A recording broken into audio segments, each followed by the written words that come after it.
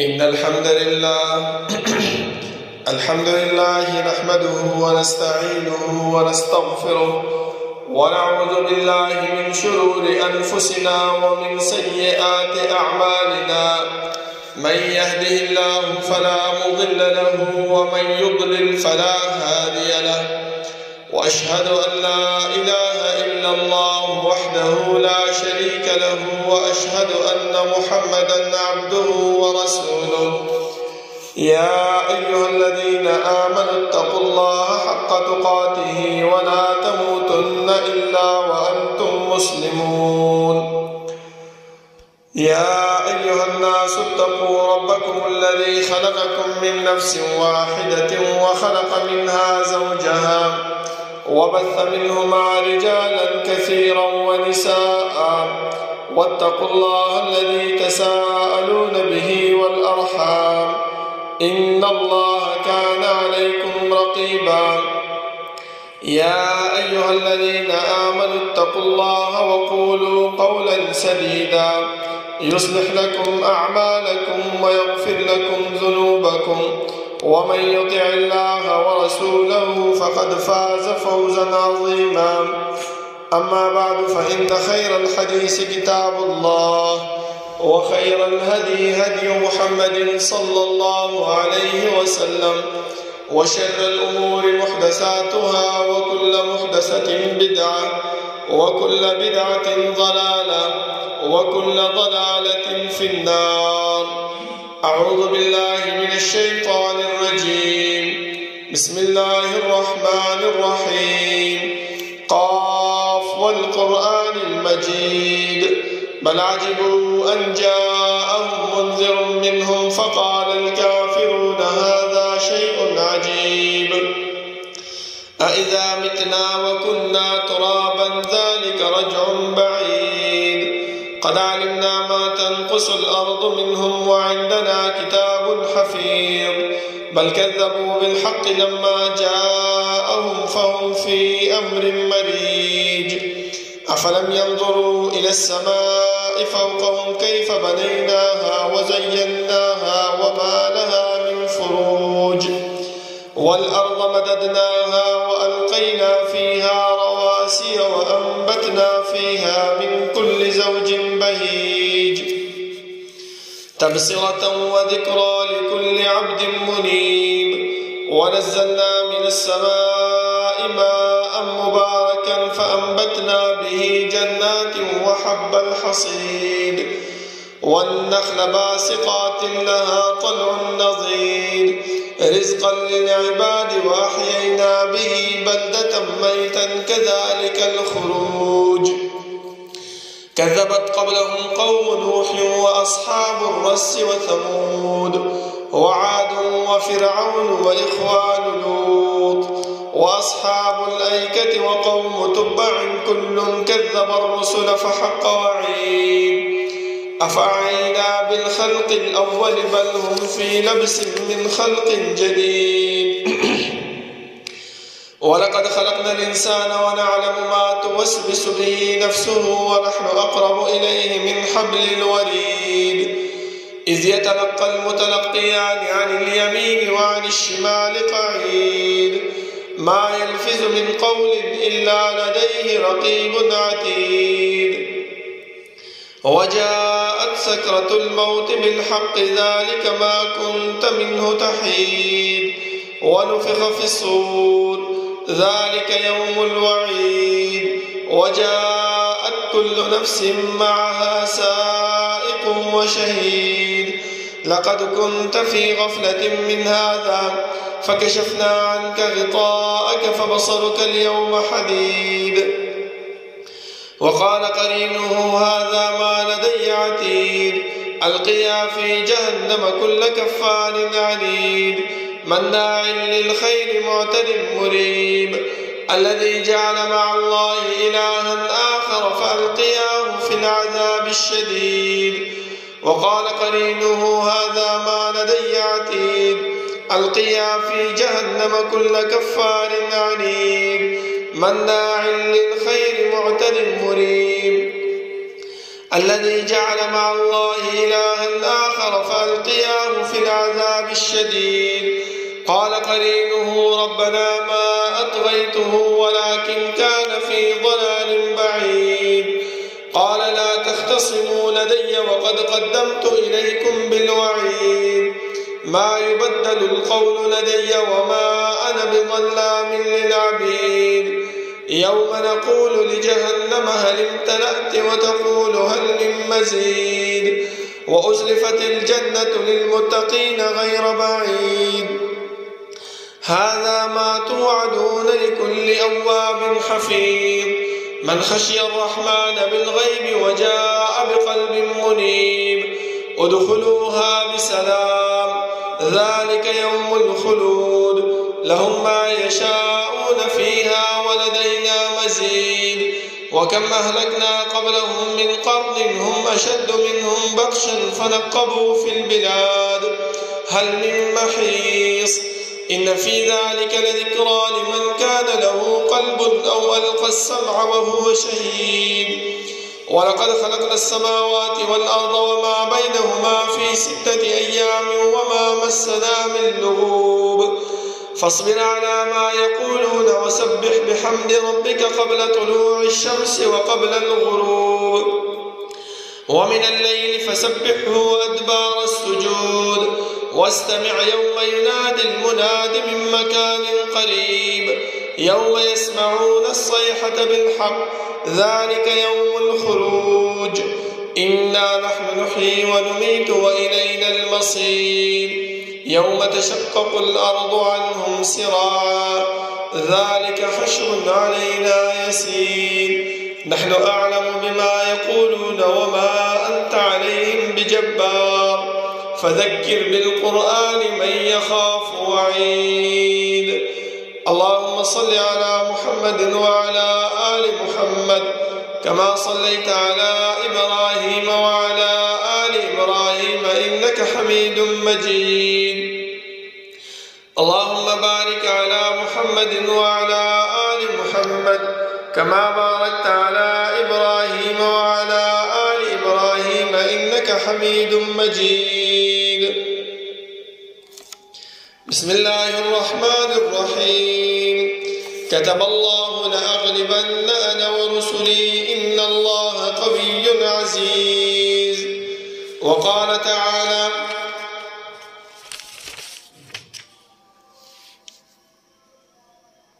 وجعل كلمة الذين كفروا السفلى وكلمة الله هي العليا والله عزيز حكيم. دا الله رب العالمين حمد و ثناء او جناب محمد رسول الله صلی الله علیه وسلم باندې درود و سلام نه بعد زما معزز و محترم الله رب العالمین چې موږ د دنیا کې پیدا کړیو نو زموږ د پیدایش مقصد هغه مهمل او بیکار نه بلکې الله رب العالمین موږ د مقصد د پاره د دنیا ته راغلیو چې هغه مقصد الله رب العالمین خپل مونږ قرآن کریم کې بیان کړی دی چې وما خلقت الجن والانس الا ليعبدون ما انسانان او پیریان نه دي پیدا کړی مگر خپل عبادت لپاره او ورسره الله رب العالمین بل خبره دا هم وکړه چې عبادت به د چا په طریقې باندې کوو هغه د پاره هم مونږ الله رب العالمین یو قائد او یو رهنما راولېږلو چې د دې قائد او د رهنما خبره به تاسو منئ نو هله به تاسو کامیاب یئ ځکه الله رب العالمین چې کله آدم علیه السلام د جنت نه دنیا ته راولېږلو دا اولنۍ خبره چې ورته الله رب العالمین وکړه هغه دا وه چې قلنا اهبطوا منها جميعا فإما يأتينكم مني هدى فمن تبع هداي فلا خوف عليهم ولا هم يحزنون.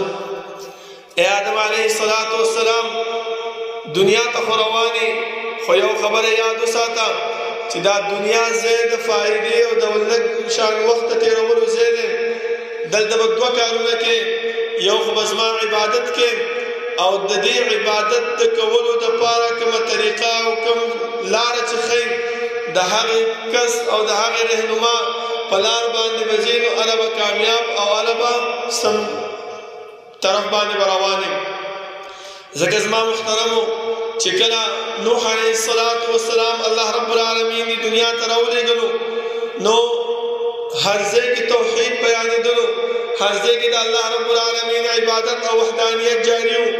خو بعضې وخت کې شیطان خپل هغه وسوسه، شیطان خپل هغه چالونه هغه شروع کړل، ځکه هغه خو د الله رب العالمین سره دا وعده کړې وه چې لأزینن لهم فی الارض ولأغوینهم اجمعین. ای الله تا خو زه د جنت نه راوویستم، تا خو زه د جنت نه راوویستلم او راودې رټلم او د خپل د رحمت نه دې لرې کړم. خو یو خبره یاد وساتئ، الله ما د قیامت ورځې پورې مهلت راکړه. الله رب العالمین ویل زه تا د مهلت دی. خو بیا شیطان الله رب العالمین سره دا وعده وکړله چې لأزینن لهم فی الارض ولأغوینهم اجمعین. ای الله دې ستا بندګانو ته دا بد عمل، دا د ګناه عمل، دا د جهنم ته د تګ عمل، دا به ورته زه ښایسته کوم او د ثواب په نیت باندې به ورته پیش کوم. نو ته به چې دی نو هغه معاف کې هم نه، هغه به چې دی نو جنت طرف ته به هم نه ځي.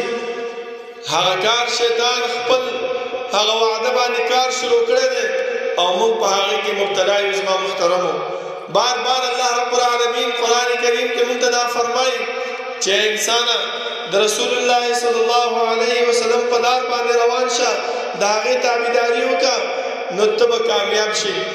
ځکه مثال کې الله رب العالمین موږ ته زموږ د خوږ نبی صلی الله علیه وسلم صحابه کرام هغه مخې ته راکړي دي چې انسانانو وګورئ دې صحابو ته، دوی څنګه د دې پیغمبر او د دې استازي او د دې قائد په لار باندې روان شوي دي او د هغې تابعداري کړې ده.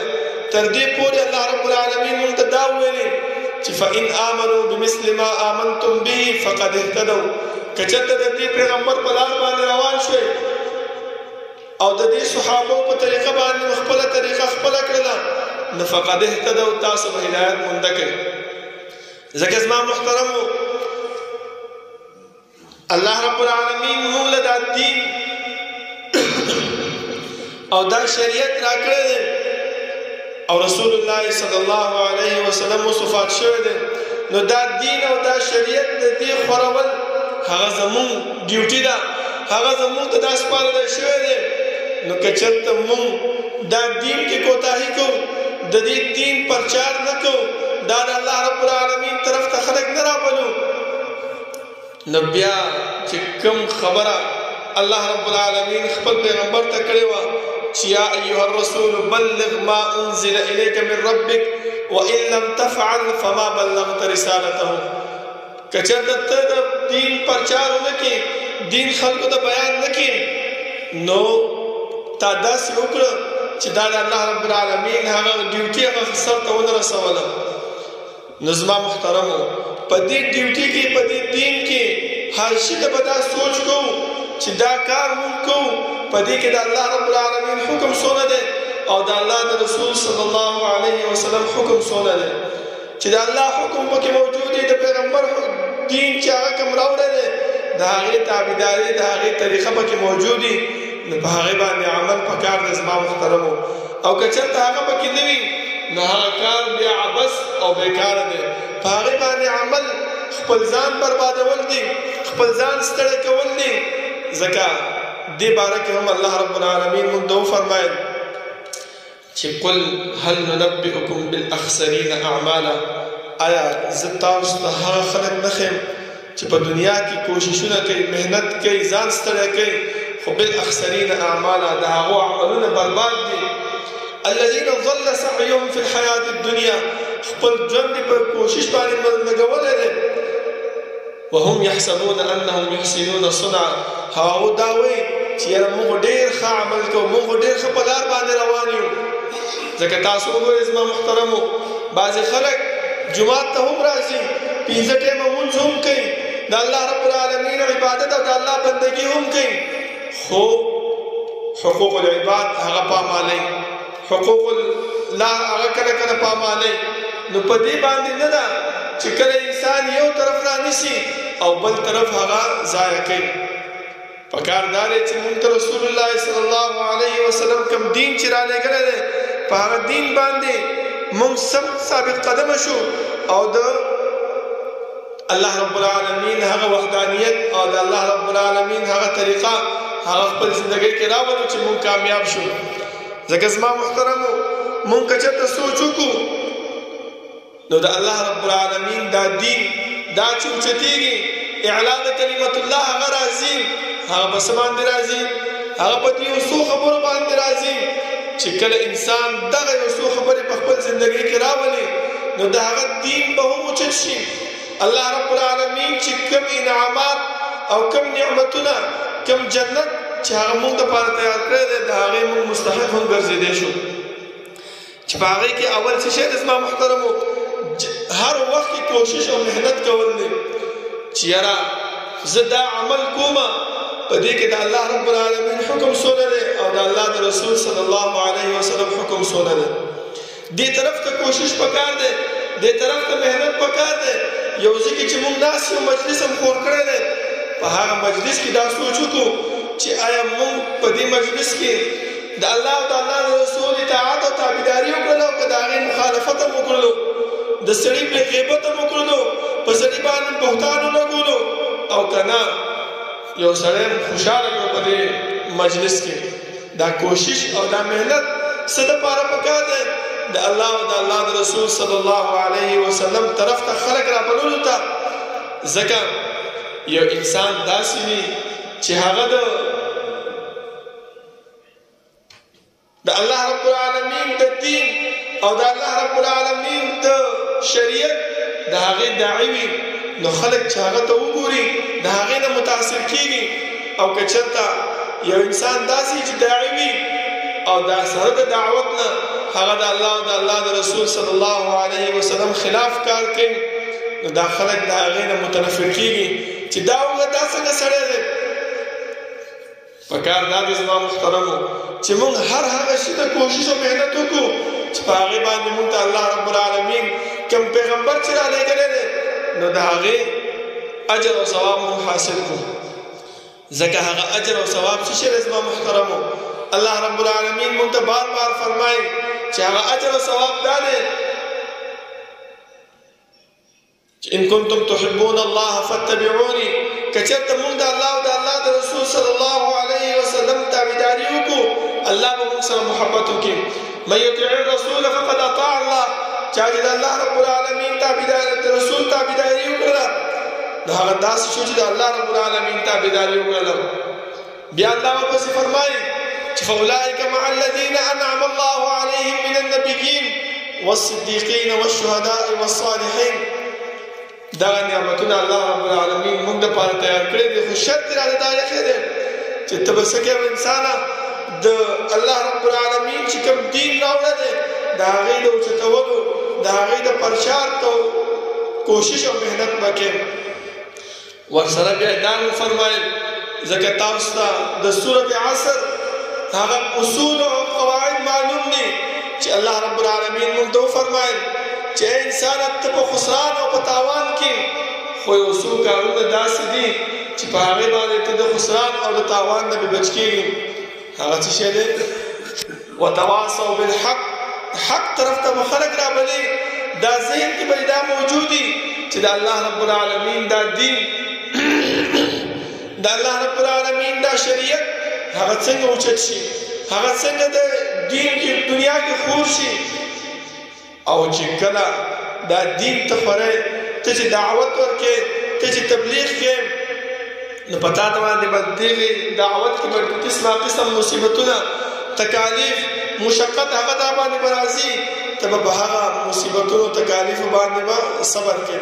وتواصوا بالصبر دا نه چې هغه ټیم سره خپل زړه تش کړي او بیا وروسته صبر کې. نظمه محترمو ذکر رسول الله صلی الله علیه وسلم فرمایي چې الصبر عند صدمة الاولى. صبر چې کوم دی مصیبت چې په انسان باندې کله راشي په هغه وخت کې صبر پکار دی. چې انسان په هغه وخت کې صبر وکړي نو د انسان هغه اجر او ثواب هغه برقرار وي.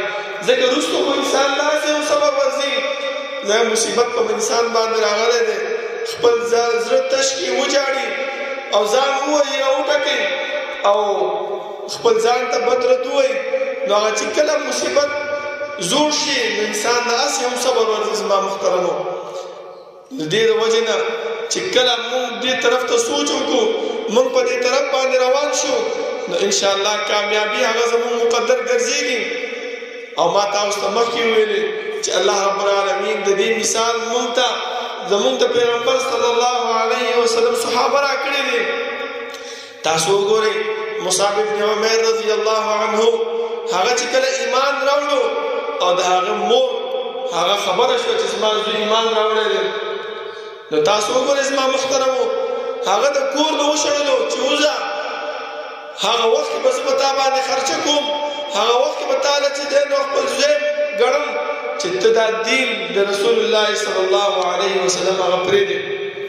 اوس وګورئ زما محترمو که چېرته زمونږ غوندې هغه انسانان وی نو هغو به ویلی چې به زه پرېږدم ځکه مور مې رانه خفه ده د مور نه غټ شی بل شته دی. خو هغو مور ته ترجیح ورنه کړه بلکې د رسول الله صلی الله علیه وسلم هغه دین او هغه شریعت طرف ته ترجیح ورکړله. الله رب العالمین څونه ونازول زما محترمو. الله رب العالمین په دنیا کې هغو ته د جنت زیری ورکړی دی خو چې کله شهید کېږي رسول الله صلی الله علیه وسلم هم دا فرمایي چې د قیامت په ورځ به زه د دوی سفارش کوونکی یم.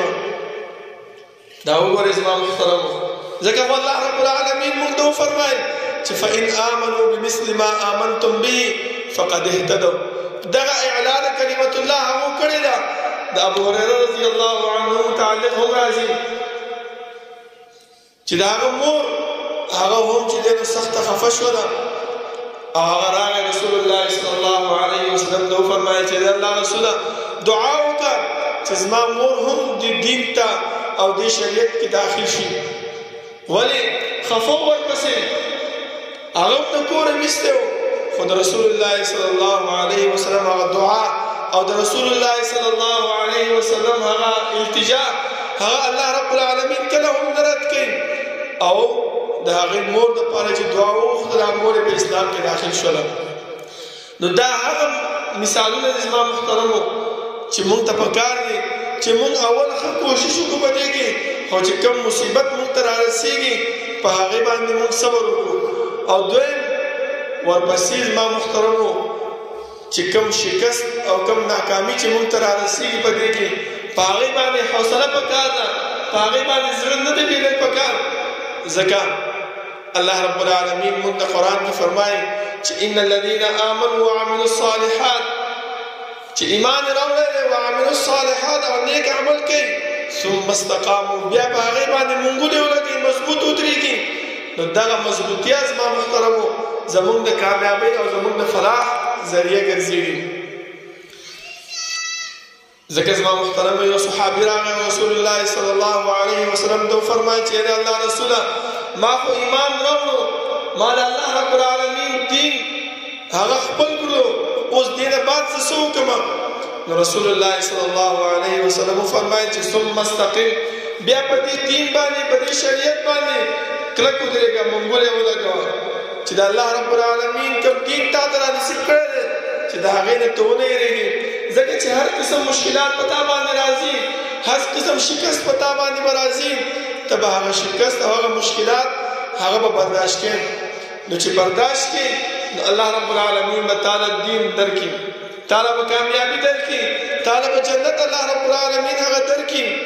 ځکه نن سبا ماحول د دنیا هغه داسې دی چې کله کوم انسان دعوت پیش کوي کوم انسان د الله رب العالمین طرف ته خلق رابلي نو اول خو د هغه سړي خبره څوک مني نه خو چې کله وی مني نو بیا په هغې پسې ټوکې کوي په هغې پسې ملنډې کوي چې مړه ده ته وګوره مونږ خو دا دی 50 کاله 80 کاله عمر مو شو دا یو په لار باندې راروان یو دا منځونه هم کوو دا تابعداري د الله رب العالمین کوو خو دا خبره خو مونږ نه وه اورېدلې خو داسې شی زما محترمو دا زمونږ هغه کوتاهي ده دا زمونږ هغه کمتیا ده چې مونږ په هغې کې ورننوتي یو د الله او د الله د رسول صلی الله علیه وسلم هغه دین هغه مونږ نه خپلو. ځکه چې کوم خبره مونږ د څوک وکړي او په هغې باندې د الله او د الله د رسول صلی الله علیه وسلم حواله راکړي نو پکار دا دی چې هغه مونږ ومنو او په هغې باندې آمنا وسلمنا وکړو. خو یو مصیبت دا دی زما محترمو چې کله موږ دین بیانو، بعضې خلک بعض مولیان هغه داسې دي چې هغو خپل ځان د شهرت دپاره، خپل ځان د مشهور کولو دپاره هغو د قرآن کریم او د حدیث د رسول الله صلی الله علیه وسلم هغه ترجمه، هغه تشریح، هغه تفسیر هغه چې دی نو غلط پیش کوي. او دلته چې کوم سامع ناست وي، اورودونکی ناست وي، هغه خو دا وایي چې دا مفتي صاحب دی، دا مشر ملا دی، د موږ ته چې کومه خبره بیان نه کړه هغه صحیح ده. ځکه زما محترمو تاسو وګورئ چې الله رب العالمین په قرآن کریم کې دا فرمایي چې وفي انفسکم افلا تبصرون، زه ستاسو په نفسونو کې وایي موجود یم، تاسو ما نه وینئ. نو تاسو وګورئ زما محترمو که موږ د دې آیاتونو سیاق و سباق ولټو نو الله رب العالمین خپل قدرت او خپل طاقت موږ ته بیانوي چې انسانه اسمان ته وګوره بغیر د ستنو نه ولاړ دی، ځمکې ته وګوره څومره فراخه ده. الله رب العالمین د دې د نه خوځېدو د وجې نه په دې کې غرونه لګولي دي چې دا ونه خوځېږي. همدارنګې زما محترمو هغه ټول هر څه وپرېږده انسانه، وایي خپل نفس ته وګوره چې الله رب العالمین په هغې کې څومره قدرت دی، څومره طاقت پکې موجود دی. د هغه طاقت او د هغه قدرت د وجې نه ته د الله رب العالمین بندګي او تابعداري وکړه. الله رب العالمین چې کوم دین را لېږلی دی د هغې اعلان او د هغې د اوچتولو کوشش وکړه. نو دغه مفتیان او دغه مولیان څه وایي زما محترمو؟ وفي انفسکم، الله فرمایي چې زه ستاسو په نفسونو کې موجود یم. د حلولیت عقیده هغه دې مسلمانانو ته بیانوي. نو پکار دا دی زما محترمو چې موږ ته کوم خبره بیانېږي، کوم مسله موږ ته بیانېږي، نو موږ دا ونه وایو چې یاره الله بلا وګرځوي ملا، ما چې کوم مسله بیانه کړې بس ملا صاحب په هغې باندې موجود دی. که چېرته دا مسله صحیح وه خو ثواب به زما ته هم رسېږي او هغه ملا ته به هم رسېږي، او که چېرته هغه غلطه بیانه کړې وه نو دا ملا پوهېږي او د هغه ګناه پوهېږي. نه زما محترمو یو انسان د بل انسان ګناه هغه نشي اوچتولی، ځکه الله رب العالمین موږ ته وفرمایل چې ولا تزر وازرة وزر اخرى، یو انسان د بل انسان ګناه هغه نشي اوچتولی زما محترمو. نو چې کله ګناه هم نشي اوچتولی او د الله رب العالمین په طرف باندې هم نه ځو، د الله رب العالمین د دین د پرچار او د هغې د اوچتولو کوشش هم نه کوو، نو بیا موږ په څه اراده باندې او په کومه خبره باندې د دې تمنا او د دې امید ساتو چې الله رب العالمین موږ له جنت راکړي او الله رب العالمین موږ کامیاب کړي. پکار دا دی زما محترمو چې موږ هر طرف ته سوچ وکړو، هر طرف ته خیال وساتو چې الله رب العالمین موږ ته دا دین راکړی دی، دا شریعت راکړی دی، نو په دې کې کامیابي ده او په دې کې د الله رب العالمین د طرف نه نعمتونه دي او جنت دی. الله رب العالمین د دعا ده چې الله رب العالمین د عمل کولو توفیق راکړي او الله رب العالمین دې زموږ د اعلا د کلمت الله دپاره چې کوم کارونه کېږي هغه دې الله رب العالمین موږ نه واخلي. اقول قولي هذا واستغفر الله لي ولكم ولسائر المسلمين.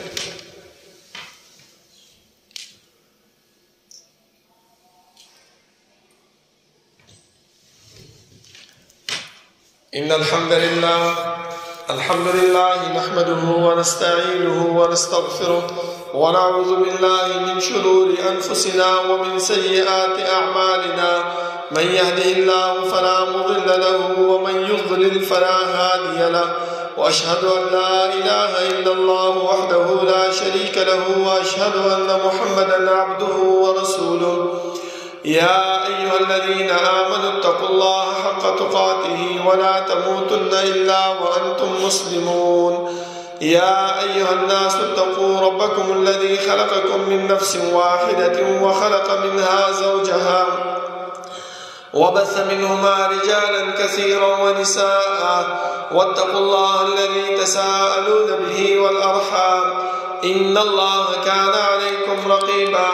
يا أيها الذين آمنوا اتقوا الله وقولوا قولا سديدا يصلح لكم أعمالكم ويغفر لكم ذنوبكم، ومن يطع الله ورسوله فقد فاز فوزا عظيما.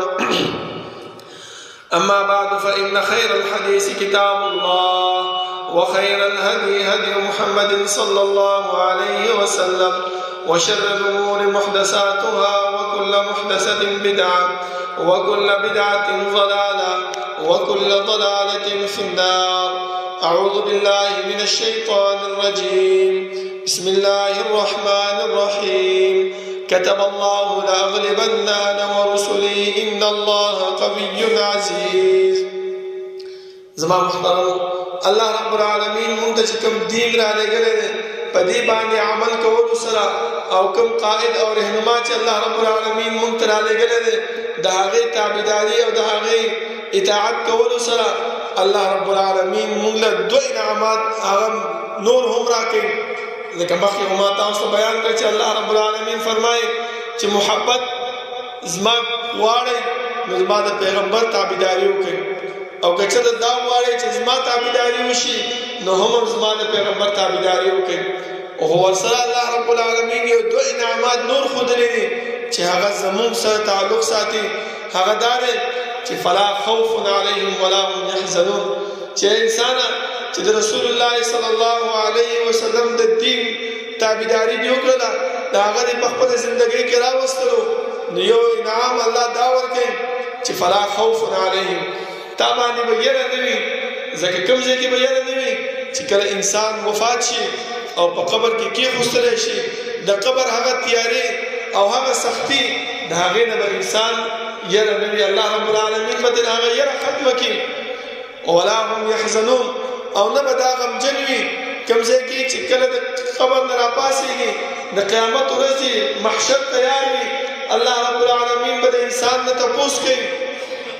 هر یو انسان مخې ته به ودرېږي الله رب العالمین مخې ته او الله به ترې تپوس کوي نو هغه ځای کې به یره نه وي. ځکه رسول الله صلی الله علیه وسلم فرمایي چې د قیامت ورځ دومره سخته ورځ ده چې هر انسان به د خپلو خولو کې ډوبي او هر انسان به دغه ارمان کوي چې ما ته یوه نیکي میلاوه شي او زه بچ شم.